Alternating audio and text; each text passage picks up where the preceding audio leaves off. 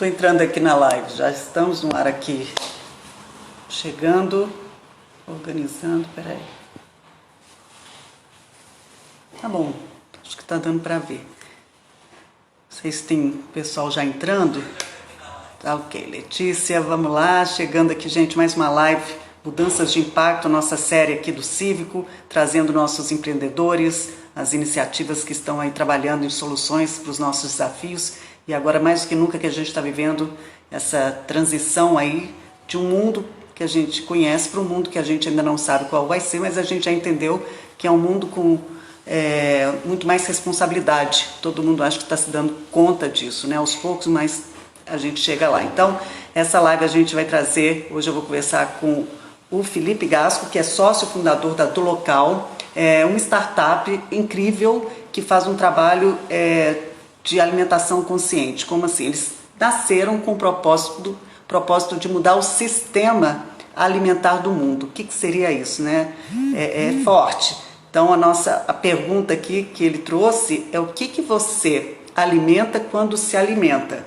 E eu estou esperando o Felipe entrar aqui. Ele vai vir pela Do Local, por enquanto ele não está, mas enfim, eu vou falar um pouquinho dele.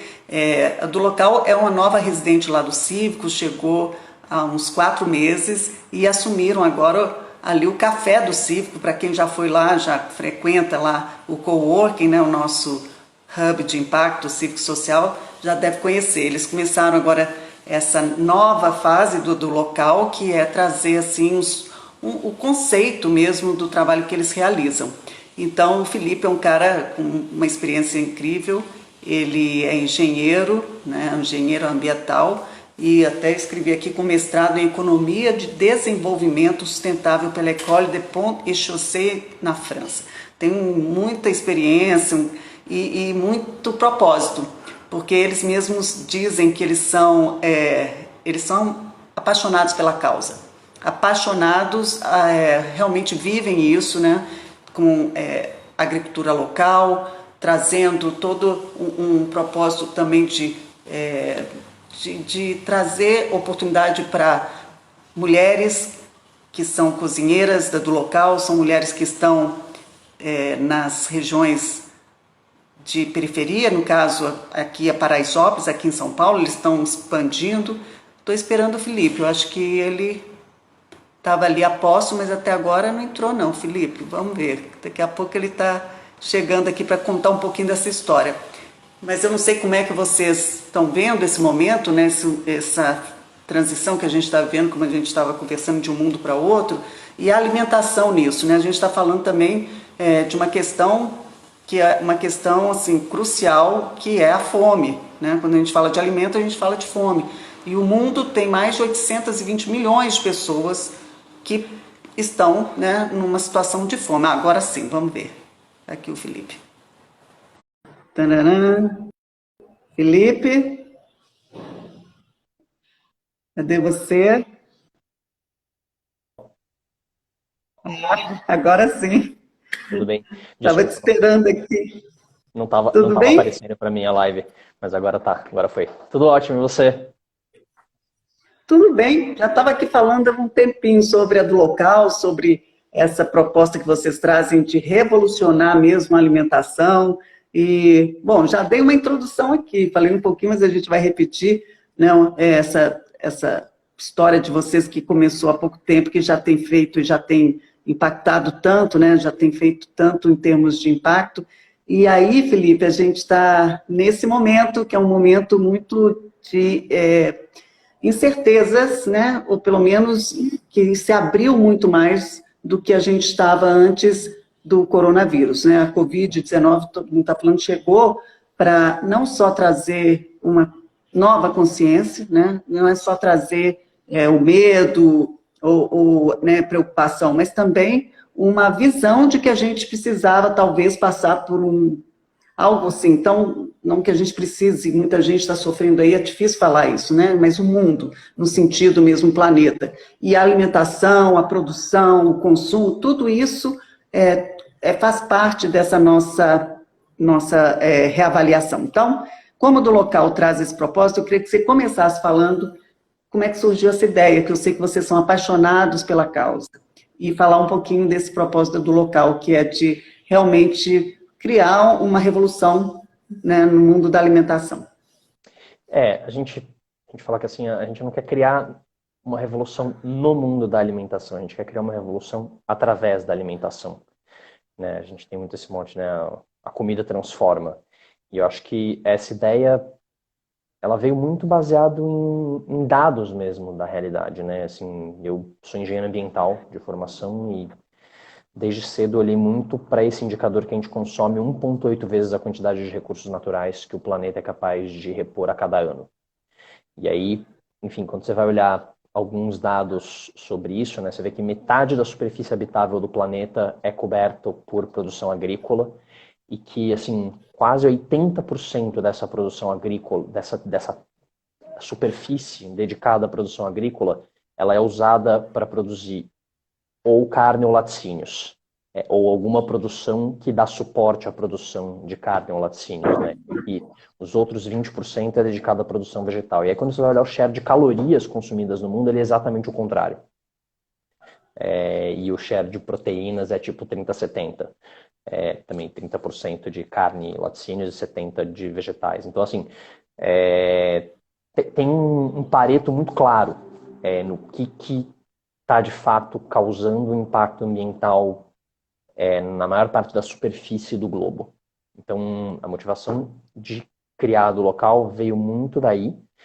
E aí, ao longo, né, dessa trajetória, a gente foi entendendo também o impacto e o papel social desse alimento, né? E aí que a gente olhou e falou, poxa, tudo bem, não adianta nada você produzir alimento de qualidade se essa produção de alimento de qualidade não tiver, né, e com um impacto ambiental positivo, se essa produção não estiver gerando um impacto positivo na vida das pessoas que mais precisam, né? Então, daí que surgiu essa ideia da gente conectar o pequeno produtor com uma rede de cozinheiras na periferia e conectar essas cozinheiras com o consumidor final, porque daí a gente está fazendo o alimento orgânico passar pela periferia gerando renda e ser vendido por quem hoje tem dinheiro de arcar com essa conta, né? Porque assim, hoje é de fato mais caro você produzir no sistema orgânico, assim, né? Eu falo que o orgânico requer quilos por metro quadrado de insumos e não gramas por metro quadrado de insumos.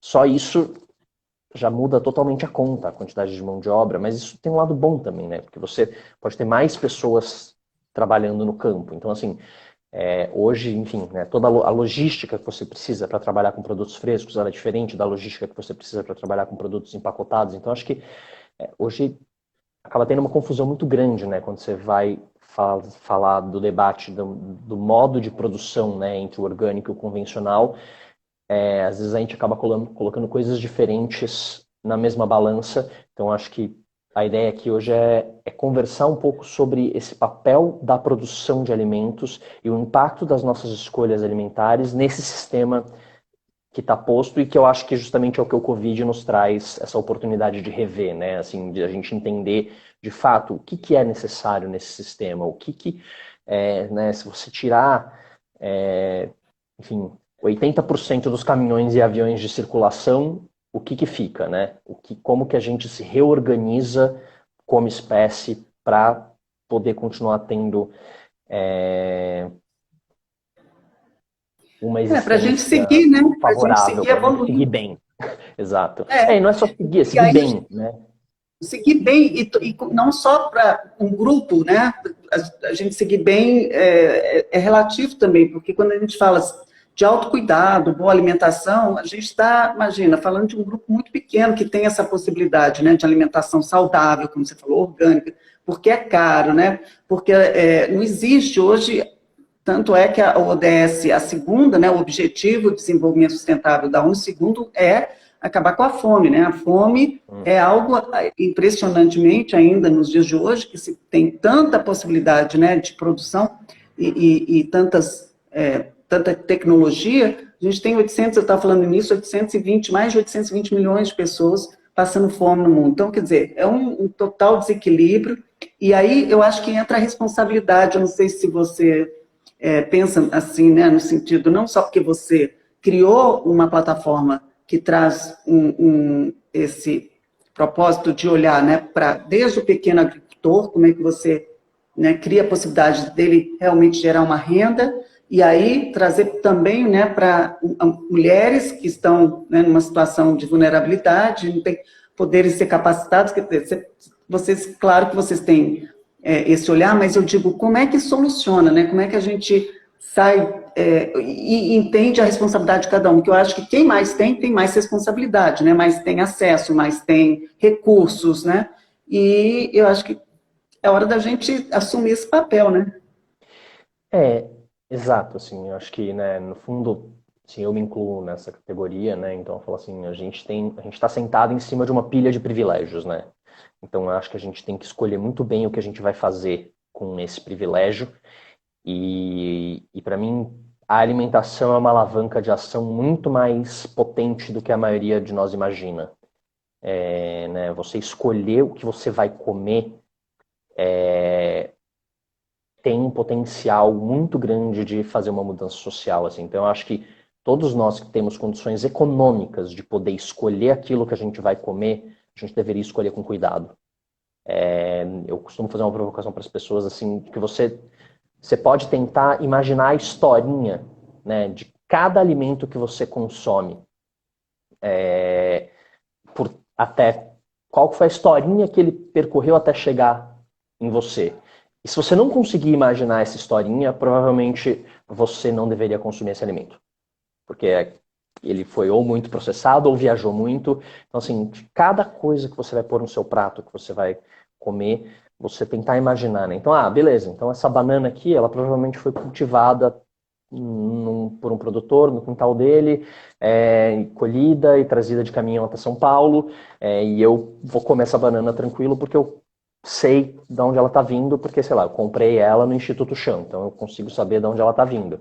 Mas a hora que você abre o pacote de hambúrguer congelado, você não consegue ter essa noção de onde veio aquele material, né? De onde veio aquela carne, onde que foi abatido aquele animal, ou mesmo se for um hambúrguer vegetal, tipo, onde que foi produzido aquilo, onde que Mas fábrica que aquilo certamente foi processado. não veio de um produtor local, não veio de uma cadeia como essa proposta, por exemplo, de Certamente você não. impactar. É, certamente não, assim. Então, eu acho que é isso. Nós temos uma responsabilidade muito grande, assim, né, em fazendo essas escolhas e construindo um sistema que depende menos, né, de indústrias de caminhões, e não que isso não seja necessário, acho que a forma como as coisas estão estruturadas hoje foi muito pautada por isso, né, por, assim, beleza, você produz em massa, você processa em massa, você estoca em massa, você distribui em massa, só que eu acho que a gente já chegou num ponto onde a informação circula com tanta facilidade que a gente consegue hoje ter essa conexão direta do produtor com quem está comendo, e a do local se propõe a ser um catalisador disso, né? Porque hoje, para você, por exemplo, poder consumir refeições do pequeno produtor orgânico, você precisa se organizar para conseguir ter esse fornecimento, você precisa saber preparar esse alimento. Então, o que a gente tenta trazer com a do local é falar, não, ó, beleza, toma aqui um delivery de comida que, né, dá tique, assim, todos os quesitos que a gente acredita que deveria ter a alimentação de uma pessoa. Então, que é gostoso, que é um preço acessível, e que está usando majoritariamente ingredientes do pequeno produtor, tudo orgânico, e assim, né, a gente conhece nome, sobrenome e coordenada geográfica de quem produz, assim, 80% dos ingredientes que vão dentro da caixinha do local. Então, Vocês, quando começaram, vocês começaram indo a exatamente esses pequenos agricultores, fazendo como se fosse um mapeamento, assim, vivendo essa realidade? eu produzi orgânicos por um bom tempo, então eu passei 2 anos produzindo numa fazenda de orgânicos em Itatiba, e aí acabei, enfim, fazendo parte de uma associação de produtores, que é a Associação da Região de Campinas, a ANC, né, Associação de Agricultura Natural da Região de Campinas. E através dessa associação eu acabei conhecendo muitos produtores e outras redes de produtores, então, sei lá, o Instituto Terra Viva, por exemplo, o pessoal da Cooperapas, lá de Parelheiros. Então, acho que quando você está do outro lado, né, e você entende profundamente quais são os desafios da produção agrícola, você consegue se conectar com o produtor de um outro lugar, assim, né? Eu acho que a gente que mora na cidade não faz a menor ideia do trabalho que é você produzir no campo. Assim, é muito trabalho e é muito risco, Porque é isso, meu, uma chuva no momento errado, ou se passa 2 semanas inteiras sem arriar a chuva, você não consegue fazer canteiro. Então, assim, você é obrigado a lidar com o risco de não produzir, com o risco de produzir demais, e é o produtor sempre que absorve essa conta, assim. Então, acho que a gente, desde o começo, teve sempre uma abordagem assim, de querer criar um mecanismo que fosse bom para quem produz. Então, por isso que essa coisa da gente escolher as receitas, né, do local, escolhe as receitas que vão ser produzidas com base na disponibilidade do que está no campo dos nossos produtores. Então, óbvio, esse mecanismo ainda não é perfeito, a gente ainda tem uma escala super pequena para ter um impacto relevante na vida desses produtores, mas o acesso a esses produtores foi algo bem natural, enfim, pelos produtores que a gente conhecia o trabalho e confia no trabalho de que está sendo um trabalho bem feito. E a nossa prioridade são produtores que têm um manejo que é o que a gente chama de agricultura regenerativa, né? Que é um manejo que, assim, cuida do solo. Porque a gente vive numa lógica de mineração de solo e não de cuidado de solo, né? Quando você pega uma grande monocultura, você está falando de mineração de solo. Porque você está todo ano exaurindo os nutrientes daquela terra, plantando a mesma coisa, um monte de insumo químico. Então, a gente trabalha só com produtores orgânicos e, sempre que possível, com produtores que se preocupam em cobrir o solo, fazer rotação de cultura, usar adubação verde. Então, e aí, mas é o que a gente falou, né? Não basta isso. A gente está, além disso, conectando esses produtores com essa rede de cozinheiras que a gente capacita na pesca, porque a gente acredita realmente no potencial empreendedor do ser humano, né? Então, a ideia é realmente oferecer uma plataforma onde essas mulheres podem empreender o próprio negócio sem ter todas as dificuldades que normalmente é você empreender um negócio do zero, né? Então a gente oferece essa conexão com o produtor para ela já ter acesso a essa matéria-prima e a conexão com o consumidor final para ela também ter acesso a isso e não precisar fazer isso sozinha. Então a gente acredita que botando essa engrenagem para rodar, a gente realmente consegue mudar a estrutura desse sistema de produção e distribuição de alimentos. Que é o sistema que você fala que é uma mentira, que no fundo isso aí não alimenta, né? A gente está tirando e não está alimentando, assim, é toda uma cadeia de mentira, né? Que não leva a nada. Exatamente, assim, você tem hoje, assim, um dado da FAO, né, da Organização Mundial de Alimentação, Food and Agriculture Organization, não sei como é que é o nome em português, mas que 1/3 do alimento produzido no mundo é jogado fora. Então, assim, o custo de você ir no mercado e poder escolher comer o que você quiser é 1/3 da comida no mundo jogada fora. Então, se você pensar num setor onde as margens, né, a margem bruta de um produtor rural é baixíssima, assim, né, assim, você vai olhar o cara que manda super bem e o cara tem, assim, 5, no máximo 10% de lucro no final do exercício, assim, é muito apertado. Então, você pensar num sistema que joga fora 1/3 do que é produzido numa lógica onde é tão difícil produzir, assim, tem que ter alguma coisa muito errada com ele. Então, a gente se acostumou, né, como consumidor, a ter sempre essa disponibilidade de escolha. Então, de poder escolher comer o que você quiser, a hora que você quiser, e isso tem um custo ambiental e social muito alto. Assim, só Isso trazendo alguns... você. Não, Não, continua, depois eu. Não, não, porque trazendo isso tem alguns... a ver com essa questão da consciência que a gente estava falando aqui. A gente se acostumou e a gente não questionou, mas trazendo aí esse dado que você ia falar. Eu acho que assim, tem sempre um paradoxo, né? A gente fala assim, o agronegócio é a locomotiva do Brasil. E de fato, né, quando você olha, assim, o quanto o agronegócio exportou em 2018 é maior que o superávit do Brasil em 2018, na balança comercial. Então, assim, tem um papel muito importante, né, de toda essa exportação que a gente faz de commodities, acho que por o que a gente viveu, né, desde conseguir ter reserva em divisa internacional, conseguir segurar a inflação, conseguir melhorar o nível de renda. Eu acho que teve um papel muito importante dessa exportação toda que a gente teve em termos financeiros. Mas quando você vai olhar em termos de produção de comida, 1 hectare de soja produz 3.500 quilos de soja por ano. 1 hectare de agricultura familiar produz de 20 a 100 toneladas de comida por ano. É absurda a diferença. E assim, fora a geração de emprego, né? Assim, em 1 hectare de agricultura familiar, você pode ter aí, vai, de meia a 5 pessoas trabalhando. Na soja, né? Você bota o cara em cima da máquina, o cara colhe centenas de hectares em um dia. Então, e o impacto que isso gera na terra, né, assim, em termos de fertilizante, em termos de insumos químicos. Então, eu sinto que tem uma dicotomia, né, que a gente olha e fala, não, mas o agronegócio produz muito mais que a agricultura familiar. Realmente, em termos de PIB, produz muito mais. Em termos de comida, não. Então, assim, né, É tem... interessante, porque a gente está falando exatamente nesse momento, teve uma discussão, ainda continua, né, entre a economia, salvar a economia ou salvar vidas, né?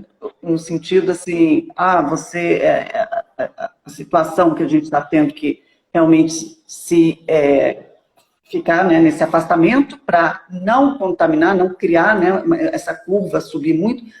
E aí entra a questão, mas aí vai parar tudo, né? O país para, quer dizer, a gente vai ter uma recessão, e aí vem toda uma discussão do que priorizar. Então, na verdade é o seguinte, a gente não está falando de priorizar, a gente está falando de modelo, né? Um modelo que não é de ganho imediato, talvez, ou de tanto ganho, né? À custa de qualquer coisa, né? Eu acho que é isso. A gente vive um momento de repensar quais são as nossas prioridades, né? Então, eu acho que, assim, é, eu acho que a gente tem um texto que eu recebi de um sociólogo francês, que é o Bruno Latour, falando justamente isso, né? Que assim, a gente não pode voltar para o que era antes. A gente tem que olhar esse momento como uma oportunidade de repensar o sistema. Que a gente, já que assim, já que a gente diminuiu a velocidade, né, a gente consegue agora ter um pouco mais de consciência sobre a nossa trajetória.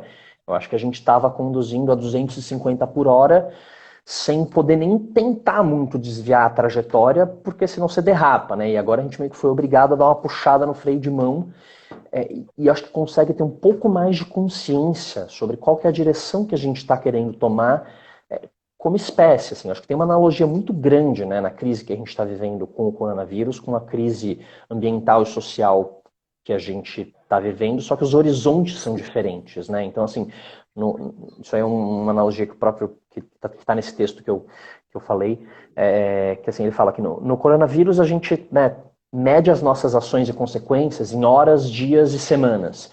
Mas quando a gente está falando dessa crise ambiental, a gente está falando de anos e décadas.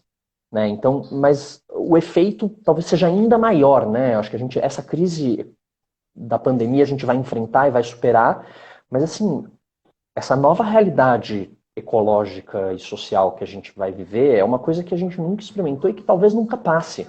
A gente vai ter que lidar a vida inteira com as consequências de estar num planeta 4 graus, 5 graus mais quente. E assim, eu acho que tem uma analogia muito grande até na parte do negacionismo, né? Quando a gente vê que você tem uma ala que está mais preocupada com a economia do que com a saúde das pessoas, falando não fica em casa, reabre, essa coisa é invenção, né? Enfim, sem nem entrar em detalhes, assim, mas assim, de ver o negacionismo que tem atrás disso, só que o mais interessante é que, assim, em poucas semanas, né, vem os dados da realidade e mostram, assim, que no limite vai ter uma pilha de corpos sendo gerada se a gente não fizer nada. Isso já está acontecendo em alguns países. Então, eu acho que a gente entender que isso em outra proporção se aplica, né, e que do mesmo jeito você vai ter políticos que vão se posicionar e falar, não, isso é invenção de ecochato, isso é um plano maquiavélico para dominar a Amazônia. Assim, uma hora essa conta vai chegar, só que num fenômeno que tem décadas de duração, talvez a hora que essa conta começar a chegar de fato, vai ser tarde demais para a gente fazer, porque qualquer manobra que você vai fazer também vai levar décadas. E essa conta chega para quem não tem recursos, né? Essa conta chega para aqueles que estão numa situação de vulnerabilidade muito maior, assim, né? Desde o aquecimento global, tudo vai bater em quem é mais fraco, né, no sistema. E claro que aí vem os interesses, a gente não está aqui para, né, trazer, não é polarizar, nem, né, trazer tema para debate de confronto, mas para entendimento, porque essa coisa do ecochato, né? Quantas vezes essa história, eu acho que hoje muito menos, mas eu lembro, assim, qualquer pessoa que falasse né, de algo da natureza, em preservação da natureza, era o ecochato, né? Ou, sei lá, tudo relacionado à sustentabilidade. Agora, sustentabilidade, gente, não tem, né, mais discussão. Você fala sustentabilidade ambiental, social, que um está ligado ao outro, né? E nessa cadeia aí né, que a gente vive aqui, de um está ligado ao outro, a gente, até quando você faz essa analogia do vírus, é isso mesmo, né? Um contamina o outro. Então, o protagonismo, o nosso poder mesmo, né, de mudança é enorme, mas é o poder do indivíduo, né? E aí a gente vê também surgir, que é muito legal, e talvez essa história que a gente está vivendo aqui, que é assustadora, mas é transformadora, né, para usar um termo que a gente fala muito, mas você imagina que eu posso fazer realmente uma diferença, você começa a entender, né, no ponto de vista quando eu escolho o que eu vou comer, e se eu tenho esse privilégio, desse poder. Então, cada um assumir o poder que tem dentro de uma sociedade, né, e aí a gente vê uma onda também de uma, que eu estou chamando de pandemia de solidariedade, né, da solidariedade de pessoas com os pequenos negócios, né, falando do pequeno agricultor, por que não comprar, em vez de, né, sei lá, sustentar algo que já tem toda uma vantagem em cima, né, de vários, por que não também dividir, mesmo que não seja totalmente, você não é radicalizar, mas é entender que a gente tem que tomar atitudes visando, né, uma mudança. E a mudança passa por você empoderar aquele que não tem, né? No momento, ou tem menos recursos, ou menos força, né? Eu acho que tudo passa por você se perguntar, né? Acho que, e principalmente, assim, na escolha, por que eu falo do poder, né, do papel social do alimento? Porque na escolha do alimento é, é o lugar onde é mais fácil fazer essas escolhas. Acho que é muito difícil você pensar, sei lá, em comprar um celular que vai gerar impacto social e ambiental positivo, sabe? Ou a diferença marginal de um para outro que você vai fazer é pouca, mas a hora que você vai escolher o que você vai comer, se você pensa, o que está por trás dessa comida que eu estou comendo? Tem pessoas ou tem fábricas? Né, o Michael Pollan fala muito isso, que é um jornalista do New York Times. Ele fala assim, comida preparada por humanos, em geral, vai fazer muito melhor para você do que comida preparada por corporações. Então, a hora que você vai comer um alimento, né, você vai escolher algo que você vai comer, você fala, puta, o que tem aqui por trás? Eu consigo enxergar uma cadeia de pessoas? Ou tem, em que momento que tem alguma coisa saindo de uma fábrica e indo parar no meu prato? O máximo que você puder evitar isso, mais você está contribuindo para distribuir renda melhor. Então, porque o que acontece hoje, né? Você tem um agricultor trabalhando pra caramba e produzindo e ganhando super pouco, e quem trabalha cozinhando também, trabalhando pra caramba e produzindo super pouco. Porque, né, assim, os custos, por exemplo, de você manter um restaurante funcionando são enormes. Então, realmente, é muito difícil você pagar bem as pessoas que trabalham na sua cozinha, e tem um volume gigantesco de trabalho para ser feito. Quem já trabalhou numa cozinha sabe a quantidade de trabalho que tem para ser feito, de você chegar, né, sair super tarde dos turnos, trabalhar 6 dias e descansar um. É insano, né? Eu trabalhei 1 ano em restaurante e, assim, é insano o ritmo de trabalho dentro de uma cozinha de restaurante. E do mesmo jeito no campo, né? Assim, agricultor não tem final de semana. Então, a gente deveria estar remunerando, né? Assim, se você botar qualquer CEO de multinacional ou diretor de multinacional para passar 1 mês trabalhando no campo com a rotina de um agricultor, o cara não aguenta. Assim, eu acho que a gente tem que começar a aprender a valorizar o trabalho de quem faz, né? Eu acho que é muito um dilema que o feminismo traz também, né? Essa coisa de você valorizar quem faz o trabalho do cuidado, né? Então, quem cuida da casa, quem lava a roupa, quem cozinha, mas que eu acho que ele se aplica também a essas funções que acho que com o tempo foram menos valorizadas, né? E que no fundo ainda acabam sendo também, na sua maioria das vezes, preenchidas por mulheres, né? Que é a função de produzir o alimento no campo, que é a função de cozinhar. Porque assim, se não tiver ninguém querendo ser agricultor, o nosso destino como humanidade é comer sopa de soja com carne. É simples assim, porque para você produzir uma dieta rica no campo, você precisa de gente trabalhando no campo. Mas enquanto trabalhar no campo significa ter uma vida miserável com R$ 1.000 por mês, ninguém vai querer trabalhar no campo. Então, é muito importante que a sua escolha de prato reflita a sua visão de mundo. Então, quando você vai montar o seu prato, que você está pondo no seu prato? Qual que é a cadeia que você está incentivando ali? Porque você come 3 vezes por dia.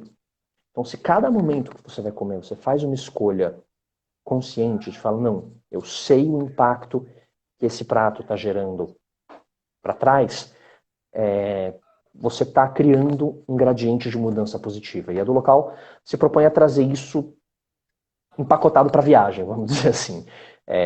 Então é isso, você não pode escolher o cardápio que você vai comer naquele dia, porque o cardápio foi desenhado com base no que está no campo do pequeno produtor. A gente combinou, né, com antecedência quem que ia ser a pessoa. Assim, a gente tem uma rede de cozinheiras cozinhando em casa. Então, nesses tempos de pandemia, né, home office da cozinheira. Assim, então, mas é isso, cara. Nossa logística ainda Eu não acho que eu está. ia perguntar, como é que está, falando até de logística, você vai entrar nisso, mas como é que está agora, né? Do local faz delivery, tem uma área, né? Um perímetro aí grande, mas ainda também não tão grande, porque vocês estão fazendo, escalando aos poucos, porque vocês fazem também, né? Não só são os agricultores locais que têm que respeitar essa produção, mas também vocês estão capacitando essas mulheres, né? E que estão vivendo agora esse momento ainda também de uma forma muito mais aguda, né, da pandemia, do pessoal lá de Paraisópolis, a gente acompanha, parceiro nosso também, o Gilson Rodrigues, a Elisandra Cerqueira, né, os que são os presidentes da associação lá dos moradores. Como é que está sendo esse momento aí para vocês? Hoje a gente conseguiu ampliar um pouco a nossa área de entrega, né, então expandir um pouco, e a gente também está nas plataformas, no Rappi e no iFood. Então hoje o melhor canal para você consumir do local em qualquer lugar em São Paulo, em geral, é o iFood. E assim, acho que nesse Mas isso foi momento, agora, né? né, Felipe? É recente isso. É recente, é recente. A gente passou a dedicar vamos dizer, um percentual maior da nossa produção para atender, porque as pessoas não estão mais nos escritórios onde elas pediam, né? Então a gente encontrou esse canal como uma forma de fazer a do local chegar na casa das pessoas. Então, assim, acho que quem está em casa agora, por exemplo, né, até me estão perguntando aqui como fazer essa reflexão, sair da teoria no dia a dia. Eu acho que a partir do momento que você pode escolher o que você vai consumir, você ou, né, vai pedir um delivery que consegue levar em conta todos esses aspectos, então a do local é um deles, mas se você vai cozinhar em casa, por exemplo, você também poder contar com ingredientes que vêm do pequeno produtor. Então eu sei que, por exemplo, o Instituto Chão está fazendo entregas, eles têm um Instagram com um número, eles estão com um pouquinho de demora agora por causa desse sistema novo, o próprio Raízes também, que são legumes orgânicos que você pede na sua casa, mas sempre que você puder visualizar o ingrediente que você está comendo, saindo do campo do pequeno produtor e chegando no seu prato, você está criando esse gradiente. Então a gente está se estruturando para aumentar essa nossa logística nessa nossa área de cobertura. Então, em breve a gente também vai estar com outro centro de distribuição para atender iFood Rappi, mas a ideia é que o que a gente está fazendo é com que seja tão fácil quanto consumir um delivery de junk food, você consumir um delivery de uma comida boa, que vai fazer bem para você, para o planeta e para todos que participaram nessa cadeia de produção. Então hoje você já consegue, assim, em boa parte da cidade de São Paulo, entrando no iFood, pedido local, aonde você estiver. Talvez tenha uma taxa de entrega um pouquinho maior, aí você junta com mais pessoas para pedir, enfim, a não ser que você esteja sozinho Muito nessa bom. quarentena. Mas isso a gente consegue transpor essa barreira com a tecnologia que a gente tem hoje, e acho que assim, né, em tempos de isolamento social é importante a gente entender que 75% da população, mais ou menos, é o que tem que estar em casa. Se os outros 25% estiver circulando na rua fazendo o abastecimento dessas outras pessoas e gerando também oportunidade de trabalho para essa população que é mais vulnerável, que é a galera trabalhadora autônomo, né, entregadores, enfim, motoristas de aplicativo, eu acho que se a gente conseguir continuar a fazer essa economia girar ficando em casa, isso é mais seguro para quem está em casa e para quem continua na rua. Óbvio, quem está na rua se expõe um pouco mais, sim, mas quanto menos gente estiver na rua, mais seguro é para quem está na rua. E como é que tem sido lá vocês com as cozinheiras? Elas estão trabalhando normalmente, estão no home office? 100% de casa. Assim, a nossa instrução vai falar, não saia de casa para não botar em risco a segurança do alimento que você está fornecendo, né? Então, é isso, assim, a gente está sendo muito estrito, seguindo todos os protocolos de segurança, então desde a entrega da caixa, você esterilizar a caixa, esterilizar os vegetais, né, a gente tem assim, alguns motoboys e motoristas na rua, então, assim, com eles, o nível de exigência, assim, dos protocolos de segurança são muito altos. No nosso centro de distribuição também, né, todo um protocolo para ter uma entrega sem contato, então, todo mundo que é da nossa equipe de operação não entra em contato com entregadores. Porque é isso, a gente tem que sempre partir do princípio que a outra pessoa pode estar infectada e que você pode estar infectada, né? Então, a gente tem seguido esse protocolo rigorosamente. A gente tem um revezamento das pessoas da nossa equipe que estão na rua, então a pessoa fica uma semana na rua, uma semana em casa, algumas funções a gente já está conseguindo fazer isso para, né, ter esse período, assim, se de repente a pessoa tiver com algum sintoma, ela ter tempo de começar a mostrar os sintomas.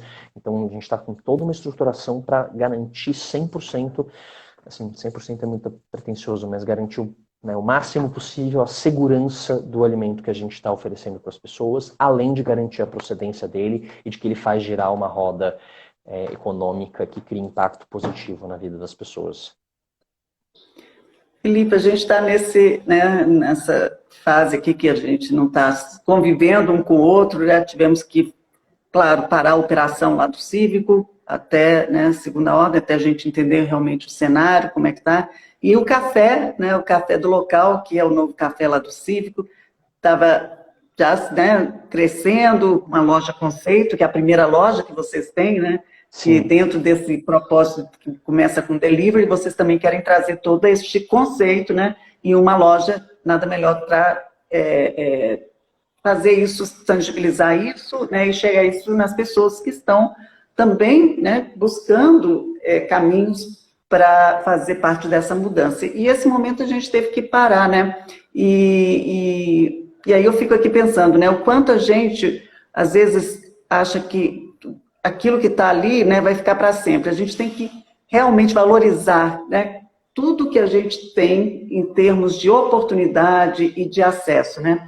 Falando um pouco do café, porque eu estou com saudade, por isso que eu estou dizendo, né, que a gente agora, né, não está podendo usufruir, mas do delivery posso, isso, né, sem dúvida. Mas falando um pouco, como é que essa ideia também da loja conceito, isso vem com esse propósito de fazer com que as pessoas entendam que a escolha, né, não começa só na hora de comprar, mas na verdade não está só na hora de comprar, está muito antes, né? Na hora que foi que o alimento foi plantado, foi germinado. Isso é a ideia, né? Eu acho que assim, a nossa ideia com a loja era muito aproximar as pessoas desse conceito, porque é algo que a gente sente que ainda está muito distante do dia a dia das pessoas, né? Então você ter esse lugar onde você pode e ter a certeza de que todos os produtos que você está consumindo estão alinhados com esses princípios, que você pode encontrar pessoas que estão conversando sobre isso, né? Acho que o próprio Cívico, como espaço, né? Um espaço que junta pessoas que estão se propondo a construir ativamente um mundo melhor, né? Então, acho que para a gente era muito interessante ser esse ponto de encontro, né? A pessoa chega lá e pode, né, tomar um café que ela sabe que veio de um pequeno produtor, comer um bolo de banana com uma banana que foi produzida por um pequeno produtor orgânico, comer uma refeição que ela sabe de onde vieram os ingredientes. Então, ser de fato essa referência de um lugar onde você pode praticar aquilo que você acredita. Eu acho que a nossa ideia com a loja era muito isso, assim, né? De você ter um espaço físico onde você pode praticar o que você acredita e encontrar pessoas que praticam o que você acredita. A gente tem pensado em alternativas virtuais aí para promover esses encontros, que eu acho que em breve a gente comunica também pelo nosso Instagram, mas a ideia é isso, né? Ser um ponto de encontro de pessoas que têm uma visão de mundo parecida, de que se entendem como atores de transformação social e que enxergam que um alimento é uma alavanca poderosa para a gente fazer essas transformações acontecerem. Nessa jornada que você está vivendo, já tem quantos anos? Do local está o quê? A do local vai estar com 2 anos e pouquinho, mas desde que eu comecei a produzir na fazenda, enfim, até antes disso trabalhar no restaurante, já vão 5 anos, assim, que eu estou nessa jornada empreendedora. E você deve ter muitas histórias, né? Você deve ter histórias pessoais, que eu digo assim, né? Nem falando, quer dizer, o business é o resultado de toda uma experiência, né? Uma vivência e de encontros, né? Assim, porque quando é legal quando a gente fala sobre ou quando você traz essa percepção, o que está por trás, né? Que é a pergunta, né? O que você alimenta quando se alimenta, né? E aí você tem algumas histórias ou alguma coisa para assim, compartilhar porque é importante o storytelling para as pessoas também se conectarem, né? Porque às vezes a gente está longe, eu não estou lá sei lá, perto do agricultor local, né? Mas quando vem uma história, aí você se conecta, né? Com aquele mundo que a gente na cidade não tem, né? Contato. Assim, parceiros que vocês criaram, eu falo isso porque quando eu penso nessas mulheres de Paraisópolis, aí eu já estou aqui, né, na outra parte do processo, né, e eu estive lá já algumas vezes e é maravilhoso quando você entende, quando você vai para esse lugar que a gente está falando muito da humanização, né, dos sistemas, porque quando você fala com uma pessoa, você se aproxima, né, de uma realidade, aí você vê que, gente, né, somos todos realmente iguais, todos temos o desejo de uma vida, né, preenchida, né, de alimento não físico só, mas da alma também. Então, assim, são esses encontros que eu acho que eu aí falando do meu lado, né, na minha vivência cívico, tem me nutrido tanto e tem me feito acreditar que realmente a chave da mudança é entender que você é parte, não, independentemente se você só come, se você come carne, não tem problema, né? Assim, não é que você tenha que estar num grupo, né? Você só tem que estar conectado com o humano, né? No que está por trás de tudo que a gente vê, né? Como modelo de sistema de trabalho, de negócio, né? A gente tem algumas histórias bem interessantes, assim, acho que principalmente, né, das mulheres lá de Paraisópolis, que, assim, eu acho que no começo era uma relação meio que, assim, né, elas talvez, mesmo a gente não entendesse muito a diferença entre você ser uma empreendedora e você, né, trabalhar para alguém, assim, eu acho que isso foi uma coisa que foi evoluindo muito e hoje é uma coisa que é muito legal ver, assim, como elas se enxergam com esse potencial, né, essa coisa de você acreditar no potencial humano, assim, então, de, né, pessoas que começaram com uma produção super pequenininha, né, a gente começou com cada uma fazendo 20 pratos por dia em casa, de repente a gente viu que dava para fazer 25, aí chegou uma cozinheira e falou, poxa, mas eu queria produzir mais, será que não dá? Falou, puta, vamos ajustar, então, será que a gente não consegue fazer 50? A gente já está com planejamentos aí para fazer 75, 100, então, assim, essa visão, né, de que elas querem realmente, né, se estabelecer como empreendedoras, assim, isso é muito bonito de ver, assim, você vê a pessoa disposta a investir no próprio negócio para crescer, como que ela realmente, a partir do momento que você, né, cria condições para a pessoa empreender, ela passa a mudar a perspectiva dela da vida como uma protagonista né, do seu próprio da sua própria realidade econômica. E acho que tem alguns casos interessantes também, assim, né? Por exemplo, tem um dos casos de uma das cozinheiras parceiras que deixou de cozinhar com a do local, mas que foi uma história de sucesso, assim. Ela foi uma das primeiras, né, mulheres lá em Paraisópolis a acreditar no projeto e falar, não, beleza, quero ser empreendedora com a do local, e ela olhar para isso como uma oportunidade de geração de renda e fazer um sonho dela que era terminar a faculdade de enfermagem que ela estava fazendo. E aí, de repente, num dado momento, ela falou, então, eu recebi uma proposta de emprego para trabalhar na minha área que eu sempre sonhei. E ela foi, enfim, aceitou essa proposta, parou de cozinhar em parceria com a do local e foi ser enfermeira, que era o sonho da vida dela. Assim. Então, a gente fala que é a nossa melhor história de churn até hoje, assim, né? Que é isso, a gente meio que cumpriu o papel ali e a pessoa passou e foi, né, super importante pra gente também, foi super importante na vida dela e agora hoje ela tá trabalhando como enfermeira, provavelmente, né, sendo super necessária nesse momento, inclusive ali no front. Nossa. Então tem algumas histórias bem bonitas, assim, e que eu acho que a gente talvez tenha sido até um pouco ingênuo no começo, assim, ou eu, pelo menos, né, assim, eu não imaginava que teria um impacto tão profundo assim na vida das pessoas. Eu achei que ia ser só uma alternativa de renda. E aí quando você vê, realmente vira né, a pessoa ter essa autonomia vira um pilar muito fundamental na vida dela. Assim, isso é bem bonito de ver, assim, quando a gente vê, né, sei lá, a Márcia, por exemplo, que está com a gente desde o começo, assim, e ver a transformação que isso gerou na vida dela, o quanto, né, que ela hoje se enxerga como uma empreendedora, com vontade de crescer no empreendimento dela, é muito bonito você ver essa transformação acontecendo. E, de novo, né, acho que ao mesmo tempo pra gente é sempre importante estar nesse lugar de entender que você está entrando na vida de uma outra pessoa num contexto que não é o seu, então a gente sempre tenta fazer isso com muito cuidado, com muito acolhimento, porque, enfim, acho que os maiores fracassos que eu já vi foi também você chegar com essa postura, né, de alguém de fora querendo mudar a vida de outra pessoa, assim, eu acho que tem um equilíbrio muito tênue aí entre você oferecer condições, mas você também não ser colonizador, né? Você tipo, não chegar e falar, não, você tem que fazer assim, a sua vida tem que ser assim. Acho que é entender as particularidades da realidade de cada um, assim. Então, a gente tenta sempre navegar nesse caminho do meio. Muito bom. E nesse momento que a gente está navegando sem muito, né, entendimento de onde a gente vai, né, aportar, como é que o do local está vendo essa transição? O que, que vocês estão aí, como é que vocês estão se preparando e o que, que vocês querem, né, fazer quando tudo isso, essa onda aqui passar e a gente chegar, né, num lugar de mais consciência, talvez, né? Eu acho que assim, a gente está enxergando como uma oportunidade onde as pessoas estão mais reflexivas, né? E eu acho que quando as pessoas estão mais reflexivas, elas estão mais abertas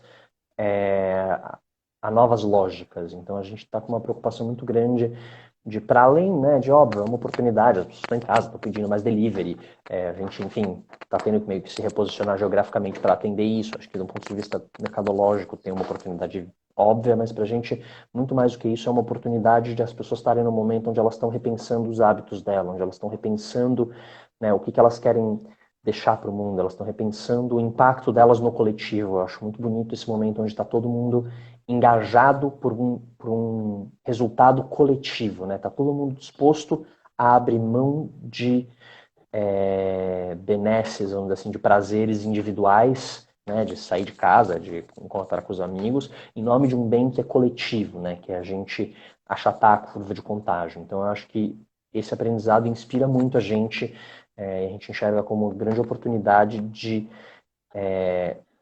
de engajar mais pessoas na construção do mundo que a gente quer ver a hora que tudo isso acabar. Assim, eu acho que o pior erro que a gente poderia fazer seria voltar ao normal a hora que tudo isso acabar. Concordo totalmente, muito bom. É isso, é uma oportunidade para a gente ser e fazer diferente, né? Como seres, como atores dessa, né, história aqui desse planeta.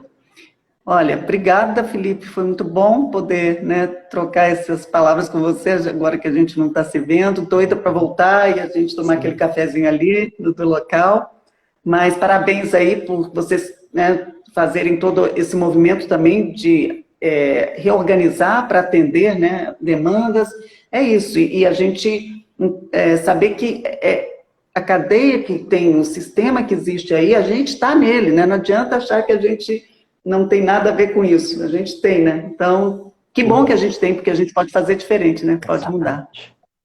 Né? Obrigada, viu? E mais sucesso aí para vocês, que vocês continuem impactando muito esse nosso mundo, né? No sentido não só social, como ambiental, porque isso é o que a gente tem que sair daqui dessa situação, dessa história, entendendo isso, que tudo que a gente faz tem impacto social e ambiental, né? E obrigado também por continuar engajando o ecossistema do Cívico. Acho que para a gente é super importante fazer parte dele, estar conectado com pessoas que pensam como a gente, porque sozinho a gente também não muda nada. Então, obrigado por estarem criando esses espaços de conexão. Obrigada também, várias pessoas aqui entraram, eu não sou muito boa disso, mas, enfim, é legal saber que tem muita gente também que está, né, nesse mesmo movimento. Então, é isso, gente. Obrigada por terem participado aqui da live. Né? Fica aí Obrigado, gente. o chamado aí do local para a gente poder fazer uma diferença na vida de várias pessoas. Isso é maravilhoso, faz uma diferença na nossa vida, mas fazendo em outras, né, sei lá, às vezes milhares, né? Que é isso, é nosso contato um com o outro. Obrigada, Felipe. Obrigado, Ana. Beijo aí. Fique bem. Boa noite. Amém. Tchau, gente. Boa noite.